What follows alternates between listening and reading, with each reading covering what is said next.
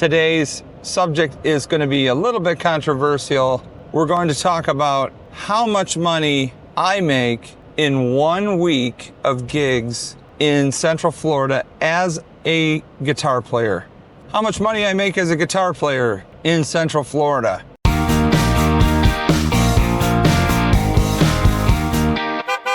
Welcome to the Gig Lane, where we talk about all things living in Central Florida, Orlando, as a musician, Disney cast member, and hustle culture, gig work in general, Gen X, yada yada.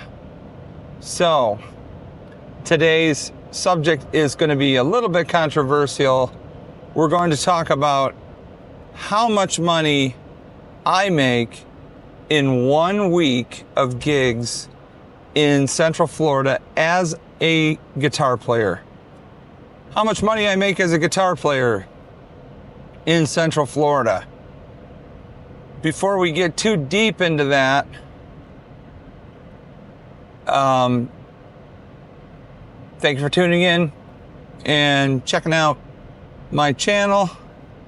If you just want to know the number, just fast forward to the end. It's in there somewhere. 5 days of gigging, but I want to talk about, the band culture, gig culture. So me as a singer, I have a show as a solo. I have a band, and I can mix and match some of that stuff to do a duo, to do a trio. And so I take gigs in all of those. I do band work as a trio, solo work by myself, and band work as a 4-piece. Those are the primary gigs that I get. The band stuff is called Hacksaw Hamlin. I sing. I am basically the principal for performer. So I do all the booking. So I'm the sales machine. Myself and my wife are the sales machine, and we make the calls, we do the auditions, we set up the players for the auditions, and then when we get the work, we hire side players. Side players in Orlando. I'm going to make another video about the drama of side players and what I've kind of gone through with different side players. But right now, side players are, they're pros. They're very good at what they do. They may play in several bands. They may work in projects. I call them real musicians, and I had to learn that on my own working in Orlando. What's a real musician? A real musician is somebody who makes music. They record, they perform, some sing, some don't sing, some are just very, very good at their instrument, and they get hired for that. And so you may have a drummer that does a theme park gig through October, November, to the end of the year. And so his schedule gets really limited at that time.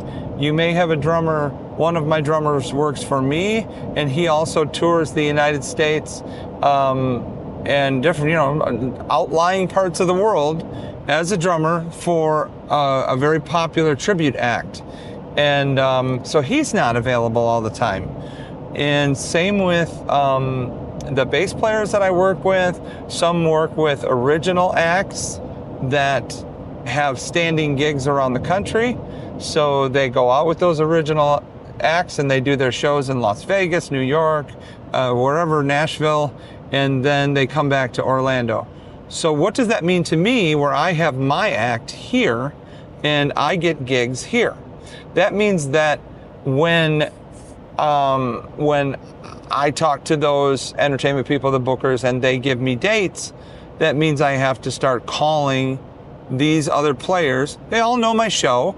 They all, will do a fantastic job.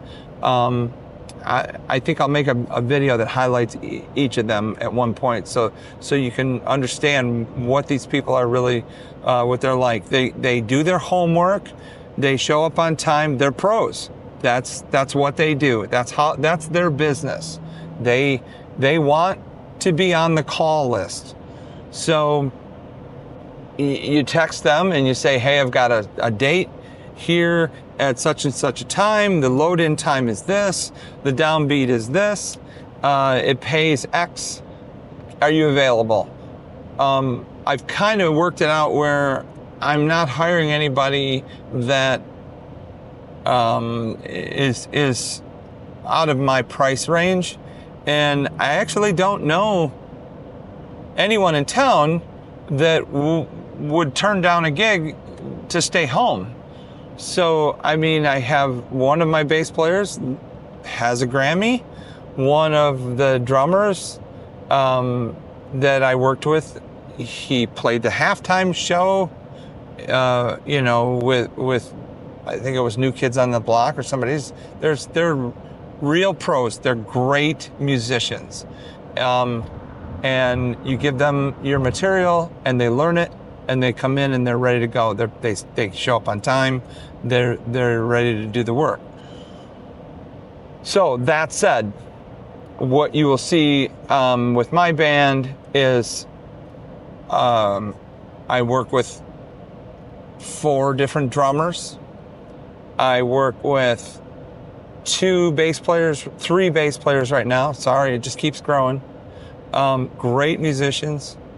And the one variable for me is that I really, really appreciate, I just love this guy, the fiddle player that I work with. And I prefer to not, if I'm doing a band or an ensemble gig, I really don't want to go out without him. I think he knows that, so if he sees this, I think he'll know that I just really enjoy playing music with him that much that if I'm going to play in the band, I always will work my schedule. I will ask him first when I'm asked for availability at these different properties. Okay, so on to the goodies. So I chose a week from pretty much last year. The first gig was on a Wednesday. It was at the Villages. The Spanish Springs. Villages is a great place to make music. You can play whatever you want. It's you'll always have a couple thousand people, maybe, well, not always a couple thousand, but you'll always have a fantastic crowd of people that are there to be entertained. They're there to hear music. It is probably, in my opinion, the second best stages to play. The only crowds that I really like that compare to this are the Disney Springs crowds. So the Villages, they're people that they go out every night of the week. The Villages has these squares that have entertainment 7 nights a week. Load-in's 3:30. It's a long drive. Spanish Springs is 90 miles from my house, so it occupies the whole day. And then, it's a long drive home. So downbeat's 5 o'clock. So you play 5 to 9 with a 3:30 load-in. It's teched by the technicians at the Villages, and they're all there to make you sound as good as they can. You have to use in-ears. They don't want anything on the stage aside. I guess you can bring a guitar amp. I'm not using guitar amps anymore. It's just too loud, and it's too hard to sound good that way. So that's a 5 to 9. That's a great gig. I do it 4-piece. So then Thursday, I played a restaurant by myself. It's called Red Sauce, also in the Villages at one of the other squares. Italian food. I do really well in there. I think the pay is fair, and it is what did I put down here? 6 to 9, 6 p.m. to 9 p.m. I'm from Detroit and I'm used to playing until 2 in the morning. 6 p.m. to 9 p.m. So again, pretty long drive from home. you kind of have to factor in the drive when when you're looking at gigs. And so maybe somewhere that you would play close to your house, maybe $200, you'd go, oh, I might play for $200 because it's really close. But then, I don't know. It's hard to say. I think every musician has a baseline where and when I say baseline, I mean a low, like this is it. Anything below this, I'm probably not going to do it. Or they have a low, and then I'm going to refer to the three things. So, which is going to be good people, good music, good money. Pick two. You got to have two. So maybe if you normally would not play a gig for, $200, I'm not going out for $200, but this person called and I'm normally looking for two things, and hey, it's three things. The money isn't the best, but it makes it better because of the other two things. So I refer to those three things a lot because it really is the truth. And it even works when I'm the person who has to put these groups together. When you've got the good people, it really makes a difference. So again, factoring in that long drive can kind of suck. So the next day, I'm done at Red Sauce at night, 9 o'clock, dragged my butt across Central Florida back home, and then I'm at 1 p.m. the next day. I'm at the Salty Rim. Salty Rim is a poolside gig at Margaritaville Resort on 192. I've been playing there since the resort opened. A great entertainment department. They really care about the quality of the music that's there.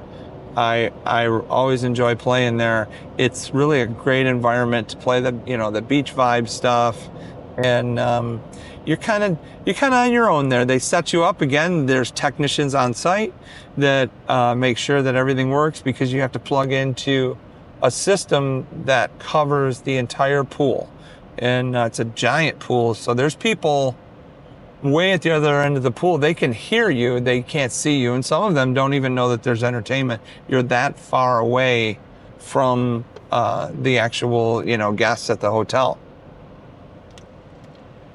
That's a great gig. So then the next day, moving on to a pub gig, Union Tap Room, which is just your regular 7 to 10. So that's a 3-hour.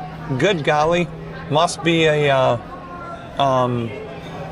bonus, right? When gotta love those 3-hour gigs. So I did 2 3-hour gigs that week, and so that certainly is a win for me.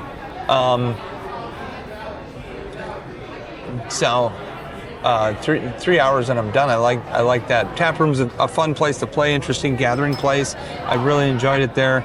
Again, not too loud, by myself.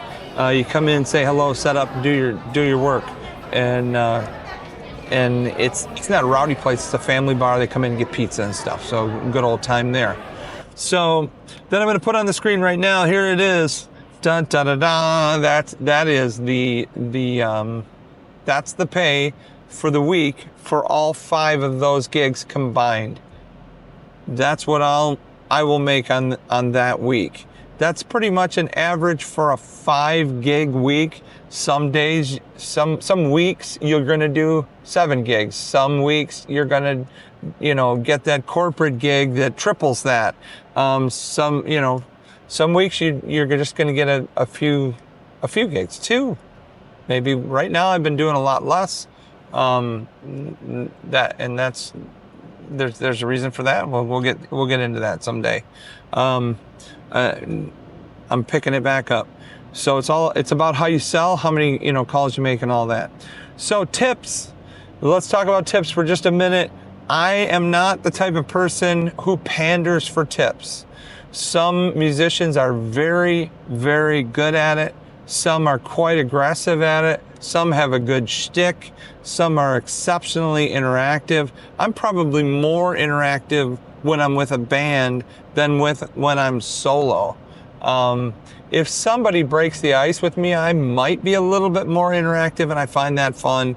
But that's not my shtick. So in this week, I don't recall specifically, but I would say on an average, tipping for me, because I look at tips this way.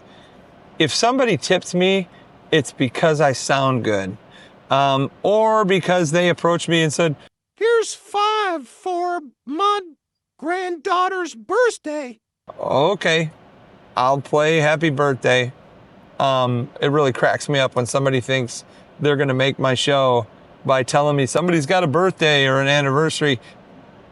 Are you telling me that I'm not doing a good job now and I need your birthday to make my show work? So whatever. So, my tips come from, hopefully I'm hitting the notes and the quality that I'm putting out is impressive.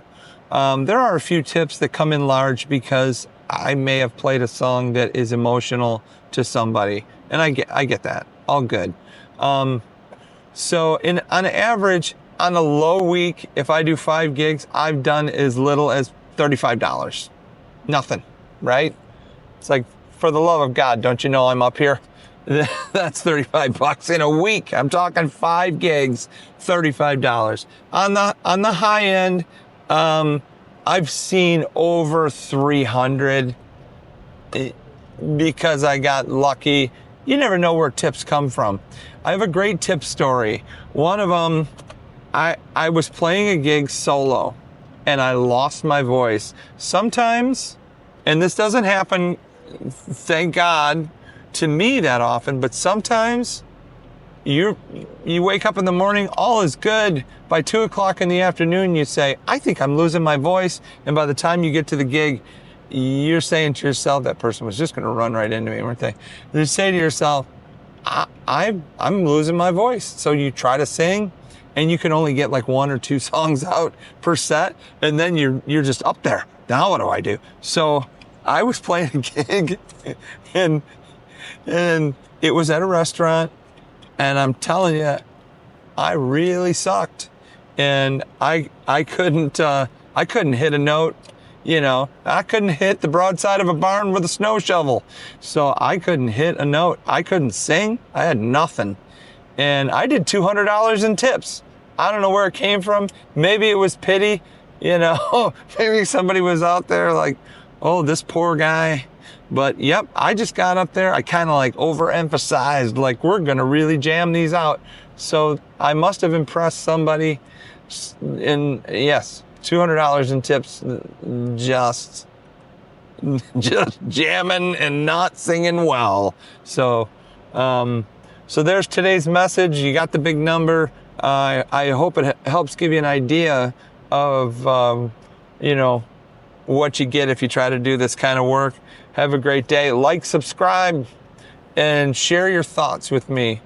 I'd like to have some ideas of some things. Pick my brain. Let's see if we can come up with some great topics.